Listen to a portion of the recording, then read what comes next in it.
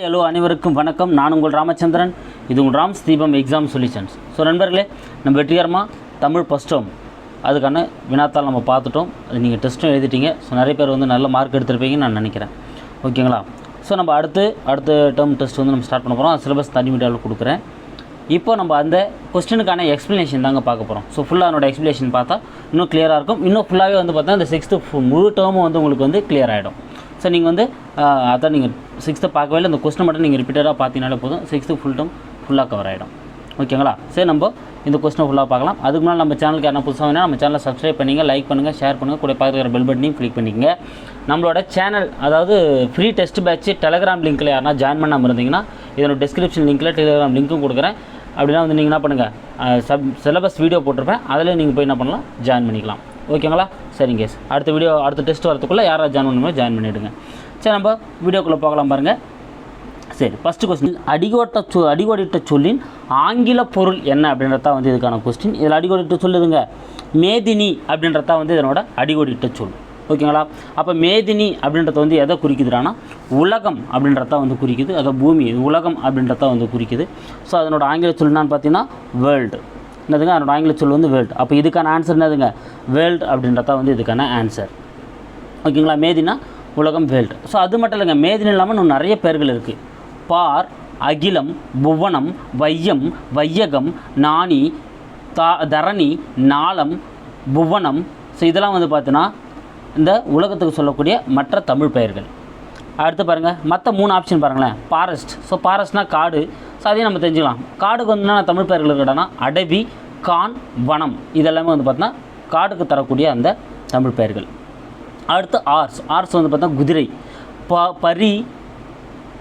பரி, வயமா, சடிலம், இவுளி. இதெல்லாம் வந்து பார்த்தீங்கன்னா குதிரைக்கு தரக்கூடிய அந்த தமிழ் பெயர்கள். சி அப்படின்னா கடல்.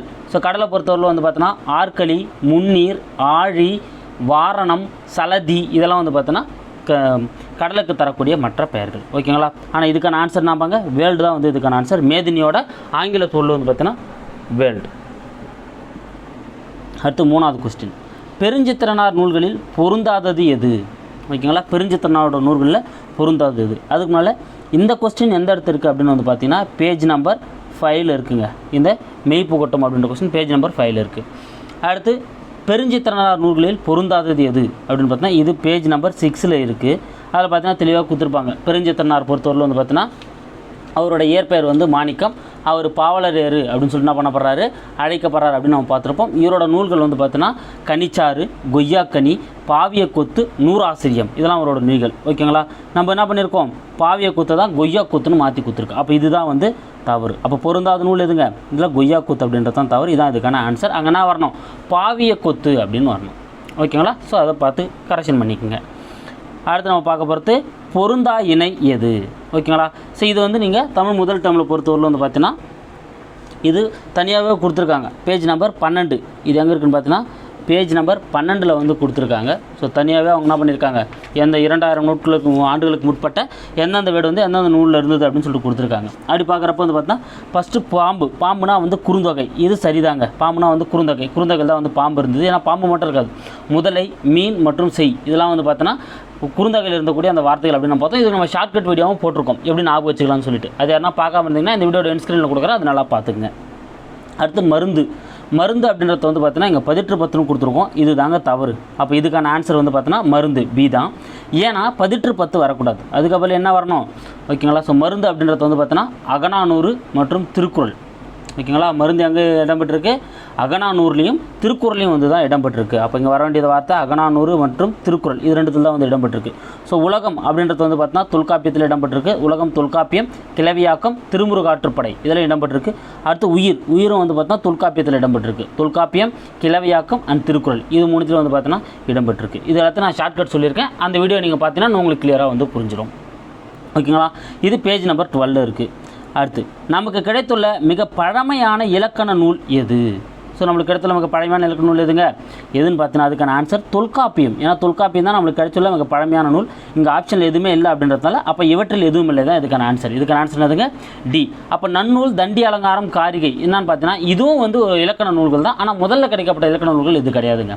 ஏன்னா நன்னூல் அப்படின்றது வந்து பார்த்தீங்கன்னா பவானந்தி முனிவரால் ஏற்றப்பட்ட ஒரு இலக்கண நூல் தான் வந்து பார்த்தீங்கன்னா நன்னூல். தண்டி அலங்காரம் அப்படின்றது வந்து பார்த்தீங்கன்னா தண்டி அப்படின்றவர் தான் வந்து எழுதியிருப்பார். அதாவது எழுத்து, சொல், பொருள், யாப்பு, அணியில் அணி இலக்கணத்தை மட்டும் விவரித்து சொல்கிறது தான் வந்து தண்டி அலங்காரம்.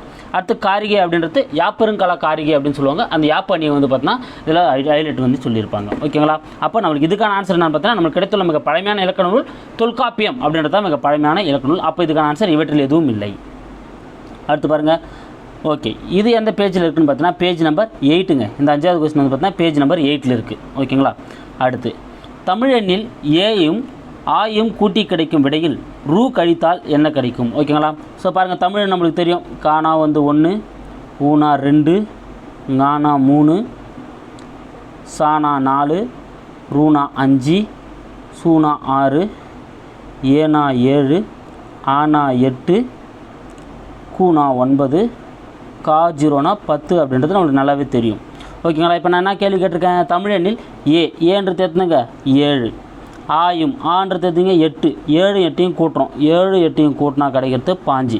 அந்த ஆன்சரில் நம்ம என்ன பண்ணுறோம்? கிடைக்கும் விலையில் ரூவை கழிக்கிறோம். ரூன்றது என்னதுங்க 5. அப்போ 5ல் 5 கழிச்சா மீதி 10. அப்போ 10க்கோட வேல்யூ கா 0 அப்படின்றது தான் 10நோட வேல்யூ. அப்போ அது எந்த இருக்குது? 7 இருக்குது. அப்போ இதுக்கான ஆன்சர் ஏ தான். ஓகேங்களா? ஸோ இது யாருன்னா புரியாமல் இருந்தால் இப்போ கிளியராக வந்து தெரிஞ்சுங்க. தமிழன்கள் வந்து அந்த கொஸ்டின் வந்து கேட்டிருக்கோம். ஓகேங்களா? ஸோ இது பேஜ் நம்பர் எங்கே இருக்குடானா இது பேஜ் நம்பர் 11ல் இருக்குது. ரெஃபர் பண்ணிக்கலாம் நீங்கள். அடுத்து பார்க்கலாம் பாருங்கள், 7வது கொஸ்டின். ஓகேங்களா? ஸோ 7வது கொஸ்டினை பொறுத்தவரையில் வந்து பார்த்தோன்னா இதுவும் 6th முதல் பருவத்தில் தான் இருக்குது. பேஜ் நம்பர் 10ங்க இங்கே இருக்குது. பேஜ் நம்பர் 10ல் வந்து பார்த்தீங்கன்னா இது இருக்கும். அதாவது வந்து பார்த்தீங்கன்னா படம் போட்டு வந்து ஒரு செம்பருத்தி பூ மாரி படம் போட்டு வந்து உங்களுக்கு கொடுத்துருப்பாங்க. அந்த மலரோட அந்த வளரிப்புகள் எப்படி இருக்குது அப்படின்னு சொல்லிட்டு. ஓகேங்களா? ஸோ இதுக்கான ஆன்சர் எதுன்னு பார்த்தீங்கன்னா ஃபஸ்ட்டு வந்து அரும்பு, மொட்டு, அப்புறம் தான் வந்து முகை வரும், அப்புறம் மலர், அப்புறம் அலர், அப்புறம் வி, அப்புறம் செம்மல். ஓகேங்களா? ஸோ இந்த ஆர்டரில் தான் வந்து பார்த்தீங்கன்னா இது என்ன இருக்கும்? இதுவாக இருக்கும். ஓகேங்களா? அரும்பு, மொட்டு, முகை, மலர், அலர், அதுக்கப்புறம் தான் வி, அதுக்கப்புறம் செம்மல். ஓகேங்களா? ஸோ இந்த சரியான வரிசையை கேளுன்னு சொல்லிட்டு நிறைய டைம் வந்து இந்த கொஸ்டின் ரைஸ் பண்ணுவாங்க. ஸோ நல்லா நோட் பண்ணி வச்சுங்க. அரும்பு வரணும், மொட்டு வரணும், அப்புறம் தான் முகை வரணும், அப்புறம் தான் மலர், அப்புறம் அலர், அப்புறம் வி, அப்புறம் செம்மல். ஓகேங்களா? சரி, அடுத்து பொறுத்துக தாவர இலை பெயர்கள். ஸோ இதுவும் வந்து பார்த்தோன்னா அதே 10ஆம் பக்கத்தில் கீழே தாங்க இருக்கும். இது கீழே வந்து பார்த்தா 10ஆம் பக்கத்தில் கொடுத்துருப்பாங்க. தாவர இலை பெயர்கள் வந்து ஒரு பாக்ஸில் தெரிந்து தெளிவோம் அப்படின்னு சொல்லிட்டு கொடுத்துருப்பாங்க. ஓகேங்களா? ஸோ நெல்லை பொறுத்தவரையில் வந்து பார்த்தோன்னா நெல், வரகு, இது ரெண்டுத்தையும் நம்ம என்னன்னு சொல்லுவோம்? தாள் அப்படின்னு தான் சொல்லுவோம். நெல்லையும் வரகையும் நம்ம தாளுன்னு தான் சொல்லுவோம். அப்போ இதுக்கு வந்து 2. ஓகேங்களா? இது வந்து என்னது 2. அடுத்து மல்லி தழை அப்படின்னு சொல்லுவோம். மல்லியோட இலை எப்படி சொல்லுவோம்? மல்லி தழை அப்படின்னு சொல்லுவோம். அப்போ 1. பாக்கு வந்து நம்ம என்ன சொல்லுவோம்? கூந்தல். அதாவது பாக்கு மற்றும் கமுகம் கூந்தல் அப்படின்னு சொல்லுவாங்க. பாக்கு கூந்தல் அல்லது கமுகம் கூந்தல். அப்போ கமுகம் அல்லது பாக்குனா வந்து பார்த்தோன்னா கூந்தல். அப்போ என்னதுங்க 3. தாழை மடல் அல்லது சப்பாத்தி கள்ளி மடல், ரெண்டுத்துல எதுவும் சொல்லலாம். தாழை மடல் அல்லது சப்பாத்தி கள்ளி மடல் அப்படின்னு சொல்லலாம். அது வந்து பார்த்தீங்கன்னா 4. அப்போ 2 1 3 4 எந்த இடத்துல இருக்குது பாருங்க? பியில் இருக்குது. அப்போ இதுக்கான ஆன்சர் பி. ஓகேங்களா? ஸோ இதுக்கு மற்ற அந்த இலை பெயர்கள் வந்து நீங்கள் என்ன பண்ணுங்கள்? அந்த 10ஆம் பக்கத்தில் இருக்கிறதுல ரெஃபர் பண்ணி அது கிளியராக படிச்சுக்கங்க. அடுத்து பாரதி கருத்து படங்களை மட்டுமே நடத்த விரும்பிய இதழ். ஓகேங்களா? ஸோ வந்து பார்த்தீங்கன்னா 9வது கொஸ்டின் தான் பார்க்குறோம். பாரதி வந்து பார்த்தீங்கன்னா நிறைய இதழ்கள் நடத்திடுவார். ஆனால் அந்த கருத்து படங்களை வந்து மோமலை வந்து கொண்டு வந்து நம்ம பாரதி தான். அவர் என்ன நினச்சிருப்பாருன்னா நம்ம கருத்து படங்களை மட்டுமே வச்சு ஒரு இதழ் நடத்தணும் அப்படின்னு சொல்லிட்டு ஒரு இதழ் நினச்சிருப்பார். அது என்னென்னா சித்ராவளி அப்படின்ற இதழை தான் வந்து நடத்திருப்பார். ஆனால் அவரால் என்ன பண்ண முடியாது? நடத்த முடியாது. அதனால் என்ன பண்ணுவார்? இந்தியா விஜயாலே வந்து பார்த்தீங்கன்னா அவரோட கருத்து படங்களை வந்து பண்ணுவார். ஆனால் இந்தியா விஜயான்றது கருத்து படங்களுக்காக உருவாக்கப்பட்ட இதழ் இல்லை. ஓகேங்களா? அது ஏற்கனவே அவர் வந்து எழுதியிருந்ததில் கருத்து படங்களை ஆட் பண்ணார். கண்டி முழுக்க கருத்து படங்களால் மட்டுமே வந்து நடத்தணும்னு நினச்ச இதழ் வந்து பார்த்தீங்கன்னா சித்ராவளி. ஓகேங்களா? இதை நோட் பண்ணிங்க, சித்ராவளி. அடுத்து தமிழ்மொழி போல் இனிதாவது எங்கும் காணோம் என பாடியவர். தமிழ்மொழி போல் இனிதாவது எங்கும் காணோம் என பாடியவர். ஓகேங்களா? ஸோ இந்த கொஸ்டின் வந்து பார்த்தீங்கன்னா நான் அந்த பாரதியார் பற்றிய மற்ற தகவல் எல்லாம் ஒரு வீடியோவில் தொகுத்து கொடுத்துருப்பேன். அதுலேருந்து வந்திருக்கும். ஓகேங்களா? ஸோ தமிழ்மொழி போல் இனிதாவது எங்கும் காணோம் என பாடியவர் யாருன்னா நம்ம பாரதியார் தாங்க. ஓகேங்களா. இது பேஜ் நம்பர் 8ல் இருக்குது. பேஜ் நம்பர் 8ல் வந்து பார்த்தீங்கன்னா இந்த கொஸ்டினுக்கான ஆன்சர் வந்து இருக்குது. ஸோ நான் ஏன்னா இவர் ஏன் அப்படி சொல்கிறாரு, இவர் வந்து பார்த்தீங்கன்னா பல்வேறு மொழிகள் வந்து கற்று வச்சிருப்பார். அப்படி பல்வேறு மொழிகளை கற்று வச்சுக்கிறதுனால தான் இவர் என்ன பண்ணுவார், கம்பேர் பண்ணி நான் அறிஞ்ச மொழிகளே தமிழ் மொழி போல் இனிதான மொழியை நான் பார்க்கவே இல்லை அப்படின்னு சொல்லிட்டு இவர் சொல்லியிருப்பார். அப்படி சொன்னவர் யாருன்னா பாரதியார் தான் வந்து அப்படி சொல்கிறாரு. ஓகேங்களா. சரி. ஸோ பாரதிதாசன் ஒன்று சொல்கிறதையும் நம்ம ஒரு வீடியோவில் பார்த்துருப்போம். பெண் என்றால் பேதை என்ற எண்ணம் இந்நாட்டில் இருக்கும் வரை உருப்படல் சரியாகாது. ஸோ என்ன பண்ண முடியாது, உருப்பட முடியாது அப்படின்னு ஒரு விஷயத்தை சொல்லியிருப்பார். அது யார் சொன்னார்னா பாரதிதாசன் சொன்னார். இந்த ஆப்ஷனுக்கு அப்படியே ஞாபகம் வச்சுங்க. ஓகேங்களா. அடுத்து 11வது கொஸ்டின். சிலப்பதிகாரம் மணிமேகலை இரட்டை காப்பியங்கள் எனப்படும். ஓகேங்களா. சிலப்பதிகாரம் மணிமேகலை இரட்டை காப்பியங்கள் எனப்படும். இது எங்கே இருக்குடானா பேஜ் நம்பர் 27 இருக்குது. இந்த கொஸ்டின் வந்து பேஜ் நம்பர் 27 இருக்குது. ஸோ சிலப்பதிகாரத்தையும் மணிமேகலையும் இரட்டை காப்பியங்கள்னு சொல்கிறாங்க. ஏன்னு இவை இரண்டுமே ஐம்பெரும் காப்பியங்களை சேர்ந்தவை. காரணம்னா இவை இரண்டுமே ஐம்பெரும் காப்பியங்களை சேர்ந்தவை. ஸோ இது வந்து பார்த்தீங்கன்னா பிரிண்டிங் மிஸ்டேக்கு, இதை விட்டுருங்க. இவை இரண்டுமே ஐம்பெரும் காப்பியங்களை சேர்ந்தவை அப்படின்னு வந்து சொல்கிறாங்க. ஆமாங்க, இது ரெண்டுமே ஐம்பெரும் காப்பியங்களை தான் சேர்ந்தவை. சரிதான். அப்போ கூற்றும் சரி தான், காரணமும் சரி தான். ஆனால் இது ஐம்பெரும் காப்பியங்களை சேர்ந்ததால் தான் நான் சொல்கிறதில்ல, அவங்க இரட்டை காப்பியங்கள் அப்படின்னு சொல்கிறதில்ல. ஏன்னா சிலப்பதிகாரம் மணிமேகலை சீவக சிந்தாமணி வளையாபதி குண்டலகேசி இது எல்லாமே சேர்த்து தான் வந்து ஐம்பெரும் காப்பியங்களை கண்டி. அதனால் வந்து இது இரட்டை காப்பியங்கள் சொல்லப்படலை. ஓகேங்களா. ஸோ ஏன் இரட்டை காப்பியங்கள் சொல்கிறாங்கடானா சிலப்பதிகாரம் மணிமேகலத்தோட அந்த கதை மாந்தர்களும் சரி, கதை ஏற்பட்ட களமும் சரி, எல்லாமே வந்து பார்த்தீங்கன்னா ஒரே மாதிரியாக வந்து ஒத்து போகும். அது மட்டும் இல்லாமல் சிலப்பதிகாரம் வந்து பார்த்தீங்கன்னா இல்லறத்தையும் மணிமேகலை வந்து பார்த்தீங்கன்னா துறவரத்தையும் வந்து வற்புறுத்தி சொல்லுவாங்க. ஓகேங்களா. அப்போ அதனால தான் அதை என்னன்னு சொல்கிறாங்க இரட்டை காப்பியம். அதனோட கதை மாந்தர்கள் கதைகளை எல்லாம் வந்து கிட்டத்தட்ட ஒரே மாதிரி இருக்கிறதுனால தான் இரட்டை காப்பியங்கள்னு சொல்லுவாங்க. அப்போ அதான் அதுக்கான ஆன்சர். ஓகேங்களா. அப்போ கூற்றும் சரி, காரணமும் சரி, ஆனால் சரியான விளக்கம் அல்ல அப்படின்றது தான் வந்து இதுக்கான ஆன்சர். சரியான விளக்கம் அல்ல. ஓகேங்களா. ஸோ புரிஞ்சிச்சுங்களா. அடுத்து சோழ மன்னன் தேன் நிறைந்த எந்த மாலையை அணிந்ததாக இளங்கோவடிகள் கூறுகிறார். ஓகேங்களா. இது வந்து பார்த்தோன்னா அதே 27ஆம் பக்கத்தில் தாங்க இருக்குது. அதே 27ஆம் பக்கத்தில் தான் வந்து பார்த்தீங்கன்னா இதுவும் இருக்கும். ஓகேங்களா. அது சோழ மன்னர் வந்து பார்த்தீங்கன்னா தேன் நிறைந்த எந்த மாலையை அணிந்ததாக இளங்கோவடிகள். சில இளங்கோவடிகள் சொல்லியிருப்பாங்க. அந்த பாடலின் பொருள் டாப்பிக்கில் இருக்கும். தேன் நிறைந்த ஆத்திமாலர் மாலையை அணிந்தவன் சோழ மன்னன் அப்படின்னு சொல்லிட்டு அதில் ஒரு வார்த்தை இருக்கும். ஸோ அதுக்காக தான் அந்த கொஸ்டின் வச்சுருக்குது. அப்போ எந்த மாலைனா ஆத்திமலர் மாலை. அப்போ இதுக்கான ஆன்சர் வந்து பார்த்தீங்கன்னா சி. ஓகேங்களா. ஆத்திமலர் மாலையை தான் வந்து சோழ மன்னன் அணிஞ்சிருக்கதா யார் சொல்லுவார், இளங்கோவடிகள் வந்து பார்த்தீங்கன்னா சிலப்பதிகாரத்தில் வந்து அவர் சொல்லியிருப்பார். ஓகேங்களா. திங்களை போற்றுதும் திங்களை போற்றுதும் அப்படின்னு சொல்லிட்டு வந்து பார்த்தீங்கன்னா மாமழை போற்றுதும் மாமழை போற்றுதும் ஞாயிறு போற்றுதும் ஞாயிறு போற்றுதும். இது ரொம்ப முக்கியங்க. இது ஆல்ரெடி எக்ஸாமில் கேட்டிருக்காங்க. திங்களை போற்றுதும் திங்களை போற்றுதும் ஞாயிறை போற்றுதும் ஞாயிறை போற்றுதும் மாமழை போற்றுதும் மாமழை போற்றுதும். இதெல்லாம் யாரோட வாசகம்னா நம்ம சிலப்பதிகாரத்தில் இளங்கோவடிகளோட அந்த வாசகம். அடுத்த 13வது கொஸ்டின். நாராய் நாராய் செங்கல் நாராய் எனும் பாடலை எழுதியவர் எந்த நூற்றாண்டைச் சேர்ந்தவர் அப்படின்னு தான் நம்ம கேட்டுக்கிற கொஸ்டின்.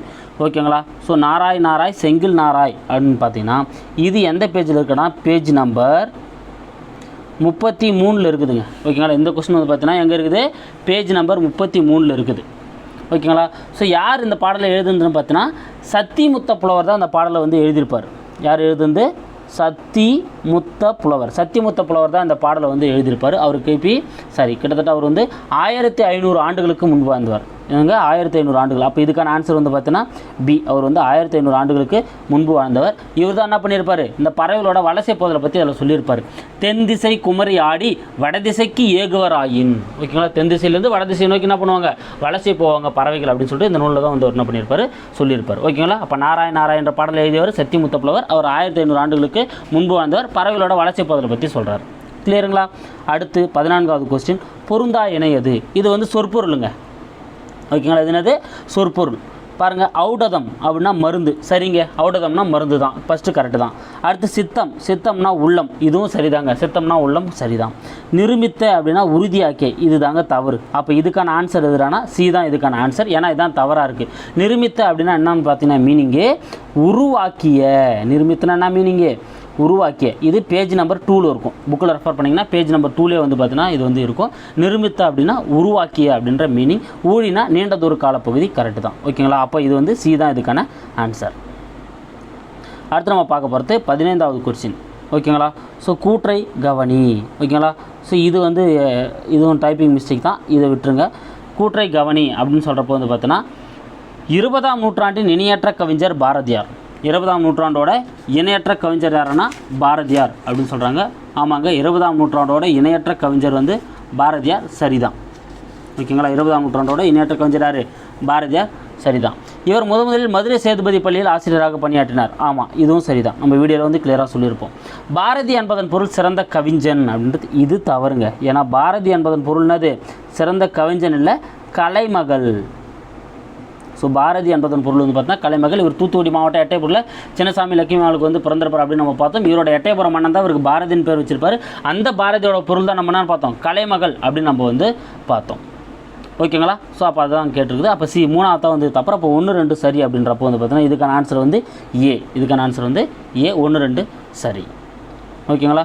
அடுத்து ஸோ இது எந்த பேஜில் இருக்குடானா இது பேஜ் நம்பர் 30 பார்த்தீங்கன்னா 30 இருக்கும்.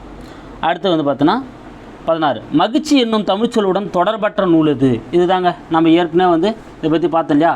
இது பேஜ் நம்பர் 12. ஓகேங்களா. ஸோ பேஜ் நம்பர் 12 பார்த்தோன்னா வந்து நம்மளுக்கு இது கிடைக்கும். ஏன்னா அங்கே தான் அது கொடுத்துருப்பாங்க.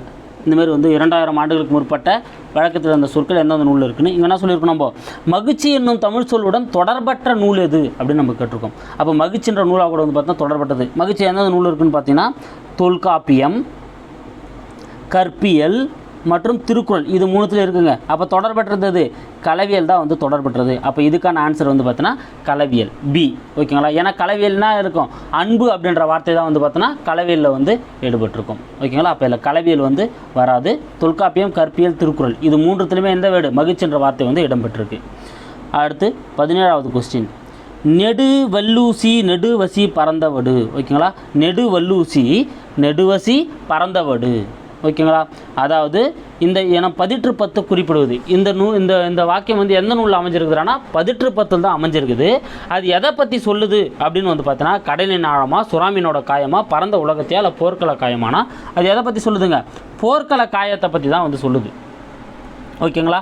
அதாவது போர்க்கள காயத்தில் ஏற்பட்ட அந்த புண்ணை என்ன பண்ணுறாங்க, ஊசியை வச்சு தைக்கிறாங்க அப்படின்ற விஷயத்தை வந்து பார்த்தீங்கன்னா இது சொல்லுது. இது எந்த பேஜில் இருக்குதுன்னு பார்த்தீங்கன்னா 16வது பேஜில் இருக்கும். இந்த கொஸ்டின் வந்து பார்த்தீங்கன்னா எந்த பேஜில் இருக்குதுங்க, 16வது பேஜில் வந்து பார்த்தீங்கன்னா இந்த கொஸ்டின் வந்து இருக்குது.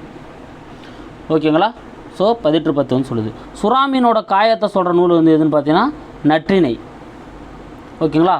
கோட்சுறா எரிந்தன சுருங்கிய நரம்பின் முடிமுதிர் பறந்தவர் அப்படின்னு சொல்லிட்டு சொல்லுவோம். அதாவது சுறாமீனோட ஏற்பட்ட காயத்தை என்ன பண்ணுவாங்க, அறுவை சிகிச்சை மூலமாக வந்து தச்சாங்க அப்படின்ற விஷயத்தை வந்து பார்த்தீங்கன்னா நற்றிணை நூல் வந்து சொல்லியிருக்கும். போர்க்கள காயத்தை பற்றி சொல்கிறது பதிற்று பத்து. ஓகேங்களா. இதை நல்லா கிளியர் பண்ணிங்க, இது ரொம்ப முக்கியம்.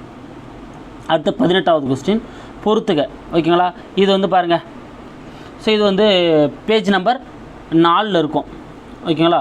ஸோ பேஜ் நம்பர் 4 எடுத்திங்கன்னா வந்து பார்த்தோன்னா இது அவங்க வந்து கிளியராக கொடுத்துருப்பாங்க. அதாவது வந்து இந்த பாட்டு வருது இல்லைங்களா, இன்பத்தமிழில் தமிழுக்கு அமுதென்று பெயர், அந்த பாடல் தான் வந்து இது வந்து வரும். ஓகேங்களா. ஸோ அங்கே தான் என்ன சொல்லுவாங்க, தமிழங்கள் இளமைக்கு காரணமான பால் அப்படின்னு சொல்லுவாங்க. தமிழங்கள் இளமைக்கு பால் அப்படின்னு வந்து அவர் சொல்லியிருப்பார். ஓகேங்களா. இன்ப தமிழ் நல்ல புகழ்மிக்க புலவர்க்கு வேல் அப்படின்னு சொல்லியிருப்பார். அப்போ இங்கே என்ன சொல்கிறாங்க, நம்ம இளமைக்கு வந்து பாலாக இருக்கிறது வந்து இளமைக்கு பாலாக இருக்கும், புலவருக்கு வேலாக இருக்கும் அப்படின்ற விஷயத்தையும் சொல்கிறாங்க. ஓகேங்களா. அப்போது விளைவுக்கு எதிரான நீர். ஓகேங்களா. ஸோ விளைவுக்கு அப்படின்றப்ப வந்து பார்த்தோன்னா என்ன அப்படின்னா புலவருக்கு இப்போ தான் பார்த்தோம். இளமைக்கு அப்படின்னா பால், புலவருக்கு அப்படின்னா வந்து வேல். ஓகேங்களா. அறிவுக்கு அப்படின்னா தோல். தமிழ் வந்து எங்கள் அறிவுக்கு என்னவாக இருக்குது, ஒரு தோலாக இருக்குது. விளைவுக்கு என்னவாக இருக்குது, நீராக இருக்குது அப்படின்னு வந்து சொல்கிறாங்க. ஓகேங்களா. அப்போ 3 அறிவுக்கு வந்து தோலாக இருக்குது, இளமைக்கு வந்து பாலாக இருக்குது, புலவருக்கு வந்து வேலாக இருக்குது. எது தமிழ் வந்து அப்படிலாம் இருக்குது அப்படின்னு வந்து நம்மளுக்கு சொல்கிறாரு. ஸோ 3, 4, 1, 2 எதுங்க, சி தாங்க இதுக்கான ஆன்சர். ஓகேங்களா. சரி. அடுத்து வந்து பார்த்தீங்கன்னா மாணிக்கம் எனும் இயற்பெயர் கொண்டவர் எவ்வாறு சிறப்பிக்கப்படுகிறார். ஓகே. மாணிக்கம் எனும் இயற்பெயர் கொண்டவர் எவ்வாறு சிறப்பிக்கப்படுகிறார். இது பேஜ் நம்பர் 6 இருக்குங்க. பேஜ் நம்பர் 6 வந்து பார்த்தீங்கன்னா இது இருக்கும். மாணிக்கம் எனும் இயற்பெயர் கொண்டவர் எவ்வாறு சிறப்பிக்கப்படுகிறார்னா பாவலேறு பெருஞ்சித்திரனார். ஓகேங்களா. பாவலேறுன்னா தான் என்ன பண்ணுறாரு, அவர் சிறப்பிக்கப்படுகிறார். பாவேந்தர்னா பாரதிதாசன், பொய்யில் புலவர்னா திருவள்ளுவர், மகாகவினா பாரதியார். ஓகேங்களா. அப்போ மாணிக்கம் என இயற்பெயர் கொண்டவர் யாருன்னா பெருஞ்சித்திரனார். அவர் எவ்வாறு சிறப்பிக்கப்படுறாருன்னா பாவலேறு என சிறப்பிக்கப்படுகிறார். ஓகேங்களா. ஸோ மொத்தமாக அப்படியே லிங்க் பண்ணி நம்ம கொண்டு வந்துக்கணும். அடுத்து 20வது கொஸ்டின். கடல் நீர் முகந்த கமஞ்சூர் எழிலி என குறிப்பிடும் நூல். ஓகேங்களா. கடல் நீர் எழுந்த கமஞ்சூர் எழிலி என குறிப்பிடும் நூல் எதுன்னு பார்த்தீங்கன்னா நம்ம கார் 40. இது வந்து பார்த்தீங்கன்னா இதுவும் 16ஆம் பக்கத்தில் தான் இருக்கும். இதுக்கான ஆன்சர் வந்து பார்த்தீங்கன்னா கார் 40. ஓகேங்களா. கடல் நீர் முகந்த கமஞ்சூர் எழிலி அப்படின்னு சொல்கிறது வந்து பார்த்தீங்கன்னா கார் 40. இது எந்த பக்கத்தில் இருக்குது, 16ஆம் பக்கத்தில் நீங்கள் ரெஃபர் பண்ணிங்கன்னா வந்து உங்களுக்கு கிடைச்சிடும். அடுத்து சிட்டுக்குருவியின் அடைகாட்கும் நாட்கள் எத்தனை. ஓகேங்களா. சிட்டுக்குருவியோட அடைகாக்கும் நாட்கள் எத்தனை பார்த்தீங்கன்னா எத்தனைங்க 14 நாட்கள் தான் வந்து அது அடைகாக்கும்.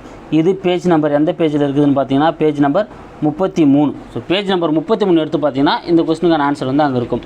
சிட்டுக்குருவியோட அடைகாக்கும் நாட்கள் வந்து பார்த்தீங்கன்னா 14 நாட்கள் அடைகாக்கும், 15ஆம் நாள் குஞ்சுகள் என்ன ஆகும் வெளியாகும் அப்படின்னு வந்து கொடுத்துருப்பாங்க. அப்போ அடைகாக்கும் நாட்கள் வந்து 14 நாட்கள். அடுத்து 22வது கொஸ்டின், டாக்டர் சலீம் அலி இந்தியாவின் பறவை மனிதர் என அழைக்கப்படுகிறார். ஆமாங்க, அவர் இந்தியாவோட பறவை மனிதர் தான் வந்து அவர் அழைக்கப்படுறாரு.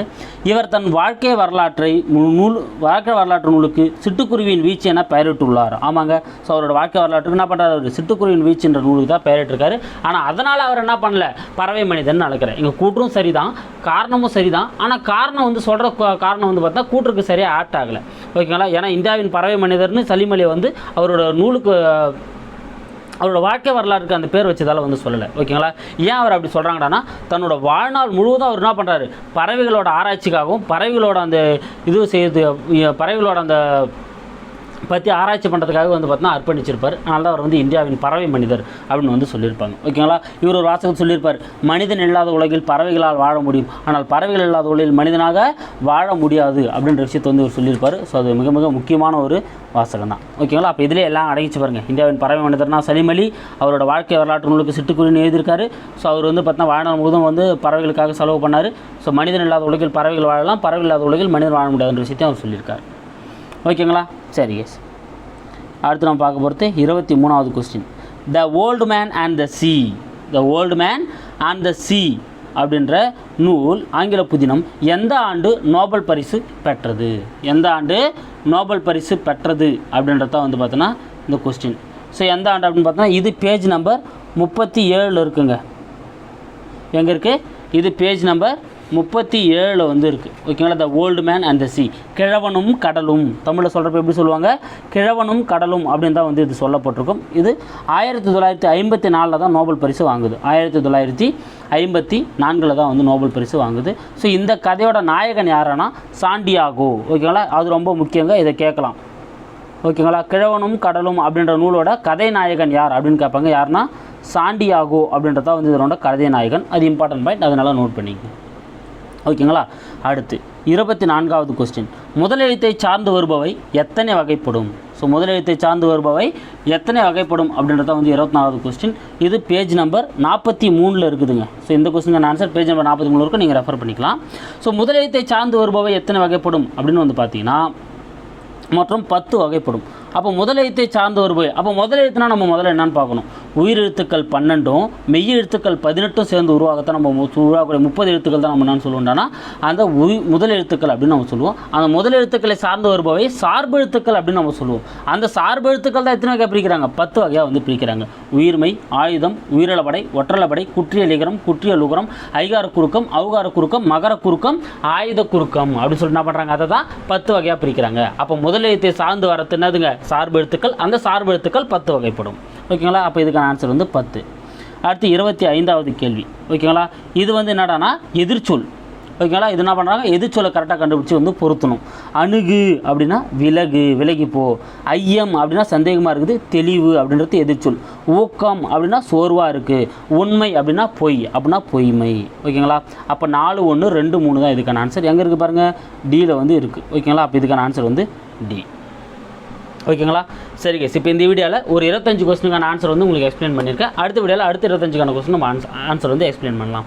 ஓகேங்களா. ஸோ என்ன டவுட் இருந்தாலும் நீங்கள் வந்து இதில் கிளியர் ஆகிட்ருக்கோன்னு நினைக்கிறேன். அது இல்லாமல் நம்ம எக்ஸ்ட்ராவாக வந்து பார்த்தா நிறைய பாயிண்ட்ஸ் வந்து கொடுத்துருக்கோம். ஸோ அப்போ கிட்டத்தட்ட 6th புக்கில் இருக்கிற மற்ற எல்லா பாயிண்ட்ஸும் சேர்த்து உங்களுக்கு நான் அந்த வீடியோவில் கொடுக்குறேன். ஸோ இதை பார்த்தீங்கன்னா உங்களுக்கு 6th புக்கு கிட்டத்தட்ட வந்து கிளியர் ஆகிடும். ஓகேங்களா. ஸோ அடுத்த பார்ட்டில் அடுத்த 25 கொஸ்டின் நம்ம வந்து பார்க்கலாம். சரிங்களா. So thank you guys.